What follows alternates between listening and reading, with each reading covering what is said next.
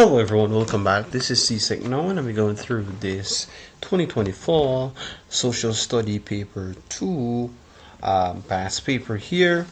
This would be the year for January 2024, but this has also been a helpful reviewed for May/June 2024 upcoming CSEC exam that you guys will be doing. Nonetheless, so make sure you guys do drop a like and subscribe to the channel if you haven't do so. Please leave a comment in the comment section if you had any concerns. Alright, so I'm just moving along through this paper real fast. So here with C section A, it says answer all 4 questions in this section: individual, family, and society. So this would be family and society. Alright, so this would be part 1 of the video. So I will make part 2. So ensure you stay tuned, subscribe to the channel, please turn on the post notification so when you get notified you don't miss any. Alright, so here number 1 says define each of the following terms. Nuclear family. So what is a nuclear family? A nuclear family is a group of people who are connected by ties of partnership and parenthood, consisting of pair of adults and their socially acknowledged offspring. Also give an example when you're giving your definitions, alright? No matter how simple it is.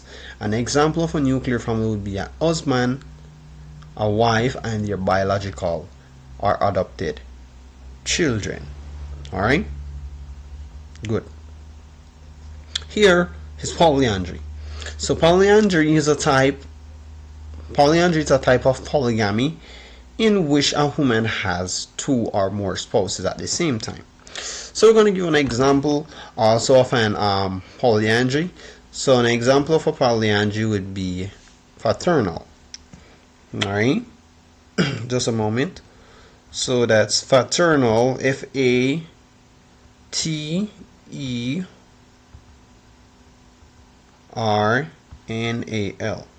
And fraternal simple means it's when, like twins. Alright, so a wife would married 2 brothers. They could even be brothers in the sense of they could be like a twin brother, but they could be brothers, and you don't have to be biological brother. They could be adopted brother, but the wife would marry those 2 brothers.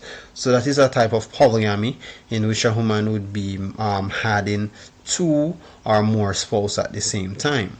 Alright, so an example of an polyandry would be fraternal. Alright, good.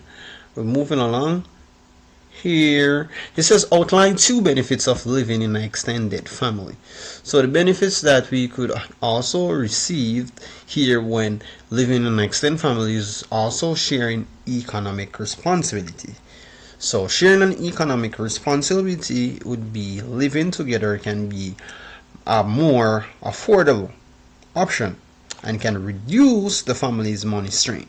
How can it reduce it? Alright, so sharing the economic responsibilities, when we're living into one family, it would not be that much expensive. Simple meaning they would have more affordable option and it would reduce the family money strain. Alright, good. So another benefit would also be building a strong, I would say stronger family bonds. Alright, and building a stronger family bonds would simply mean in family members who stay close in the same house, they often develop stronger bonds compared to a group of nuclear family staying separately. So if we have in a nuclear family and they had like, for example, wife and husband, and children could be living separately, or the husband could be living separately and the wife, even though they are married, but then the bond is not so close as when they had just one family living at the same place, the same location, the same time. So that would have a stronger bond. So the 2 benefits would be developing a stronger bond with the family and also sharing economic responsibilities. And you also could also outline different answers. Don't get it twisted that your answer would be wrong, but I'm just giving the most suitable answers of my own. Alright, good. Moving along here, with C, it says suggest 3 actions that an association concerned with social issues may take to minimize the case of domestic violence. Alright, so what actions we could use to minimize domestic violence? So here, the first action I would say come to mind, would have to listen and believe the survivor. Alright, because a person being going through abuse in the domestic violence, we'd have to listen to them and we'd have to believe them, just to prevent further, I would say, further issues or further abuse. Alright, good. Another one here is to teach the next generation to learn from them. So having the children, you'd have to teach them the way, let them learn, so the next generation coming up would also have more acknowledgement of how domestic violence occur and how you could do, what the best way are things that you could do to solve domestic violence in a way that it could call out for responsibility. Alright, good. The next one here is for call for response and service to fit for purpose. Simple meaning the way that we could, what is the best way service we could implement, we could put in place just to have domestic violence to minimize the social issue that may uprising. So the actions here, it says explain why each action suggested is likely to be successful. So the only reason why listen and believe the survivor will be successful is because we listen to the survivor, we believe them. That would give them a more reassurance to let them know that yeah, we do care about them and this is a way how we could help you, and just to prevent not just them that we're listening to, but to prevent further domestic violence from other victims as well. So I think that would be one of the best answers you could also give, to listen and believe the survivor, and I think it would be successful because listening to them would give them the more reassurance and how we could reach out to them in a way where we could try to, it may not solve at the same time, but at least trying to to limit the maximization of the cases of the domestic violence that would occurred in homes. Alright, we're moving along. And explanation here. So when a woman shares her story of violence, she take the first steps forward, breaking the ties. I could say breaking the ties or even cycle of abuse. It's an essential for everyone who provide a safe space for a survivor to speak and for them to be heard. Alright, so the main thing that we should avoid is to normally avoid blaming the victim. So don't blame them and say, oh, you've been in that situation and you're the one that wanted to stay in the abuse. No, that's not the point of how you're trying to go about domestic violence. In a sense, counting the idea that is a woman to avoid dangerous situation. So instead of just express, we would show them empathy. And empathy that we normally show them would be like, oh, we heard you, we believe you, and we stand with you, and this is the best way we can go about to help you, and we see what best we can do. Let them feel reassurance. Don't let them feel as if they feel left out. So you can also be expanding on your explanation, guys. When you're explaining on a CSEC paper, also remember to do not write on the margin here. Alright, don't follow me. Alright, I was just trying not having enough space here, so don't write over here. Write on the lines that they give. Alright, good. Moving along here, number 2. It says define the term social group. So what is a social group? A social group is defined as 2 or more people who share a same social identity and consider themselves to be a member of the same social category. Alright, so they may do share the same social identity, but they do consider themselves to be a member of the same social category. They may be from the same social identity, but they do had a similar in the members of the same social category. So that would be classified as a social group. 2, it says state 2 characteristics of an informal group. So one characteristic would be it is created by management. Alright, so they didn't say explain, they said state. So we just state it. Alright, good. Number 2, it has clear authority. And as I mentioned, I just give more. It could have clear authorities, it could add clear responsibilities, and it could also have a clear communication line. So we could easily choose between these three communication lines, or responsibility, or authority.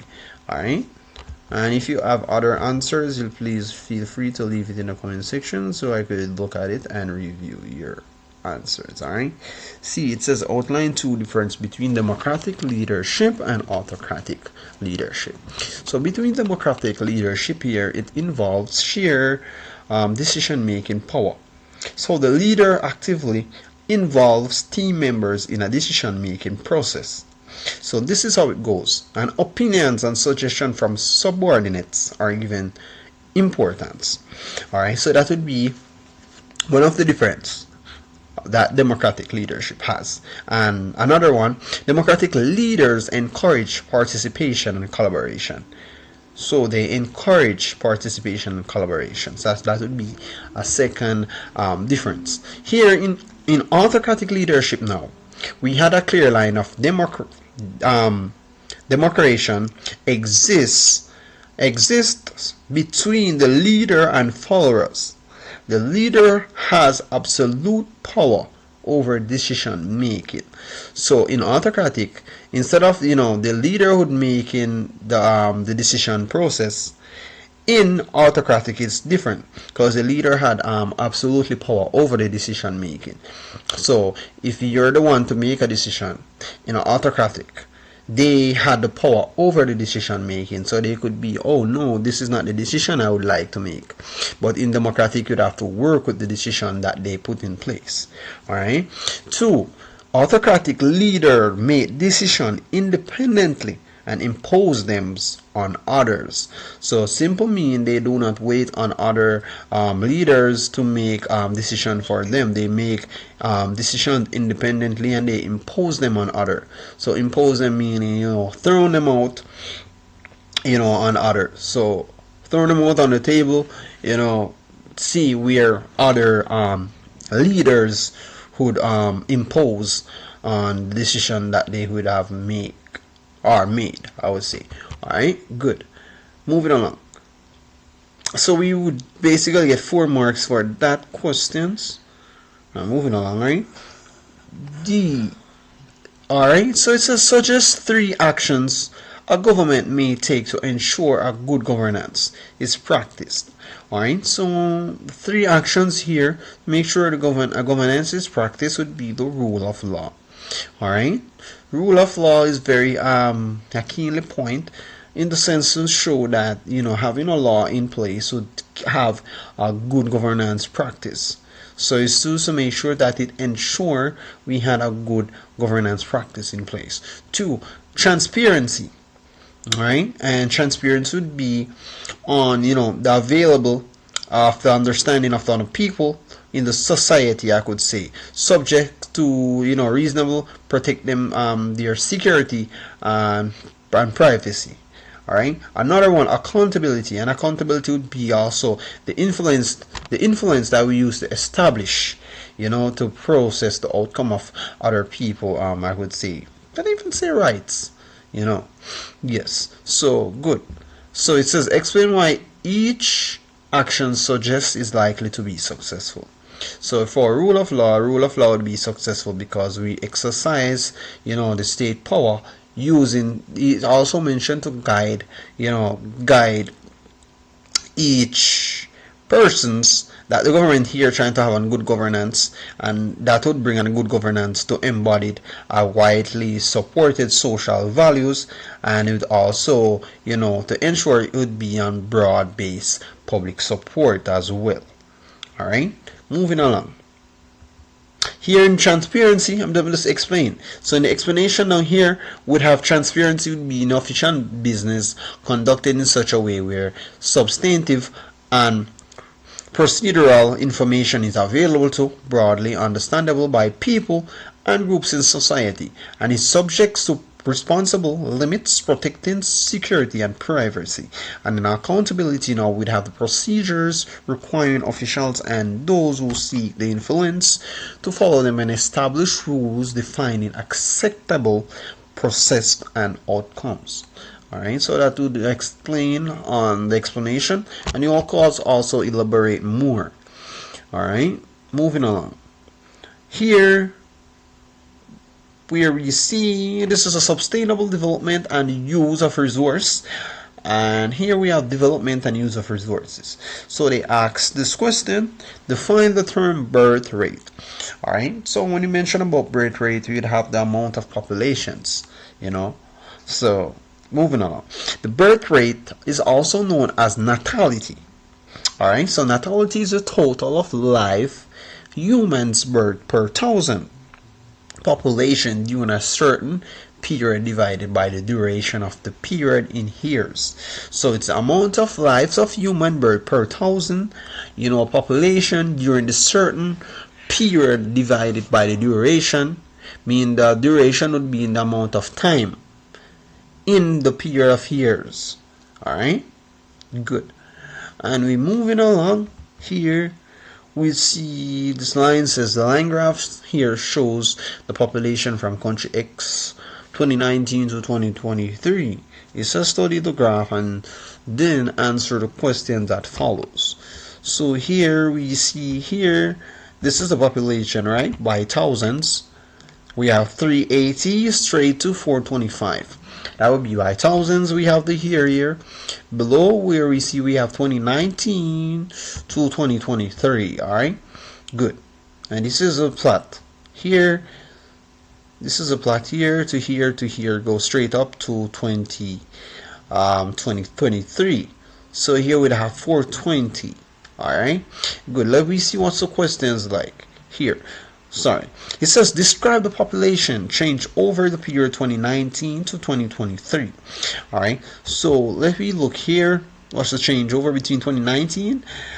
So here between 2020 and 2021 we had the same figure, 395. So we could say during the year 2019 the average change by 5,000 and the year 2020, followed by the significant increase of 20,000 by the year 2022, and so on until 2023. And the reason why I would say so, here it says by 1,000. So let me see here, 2021. Alright, we keep moving up, so we'd have 4, 5, 10, 15, 20. Good. 20. So that would be 20,000. Alright, so we had it. 20,000 significant by the year 2022, so on until 2023. If you had any other answers, please indicate in the comment section so I could go ahead and review it. Alright. Anyways, this would be part 1 of the social study paper 2 paper. Nonetheless said so. If you do have any further questions, please feel free to leave it in the comment section below and I will go ahead and review it. Nonetheless, make sure you guys do drop a like and subscribe to the channel if you haven't do so. Ensure you turn on the post notifications and ensure that you share with your friends, so when I post you could be the first to view the video and you do not miss any. Nonetheless said so, guys, if you reach the end of the video, make sure to type kudos in the comment section and I will post part 2 very shortly. Alright, nonetheless said so, stay safe and thank you everyone for watching. Kudos, and hoping I'm making your grade 1 become a reality. Alright.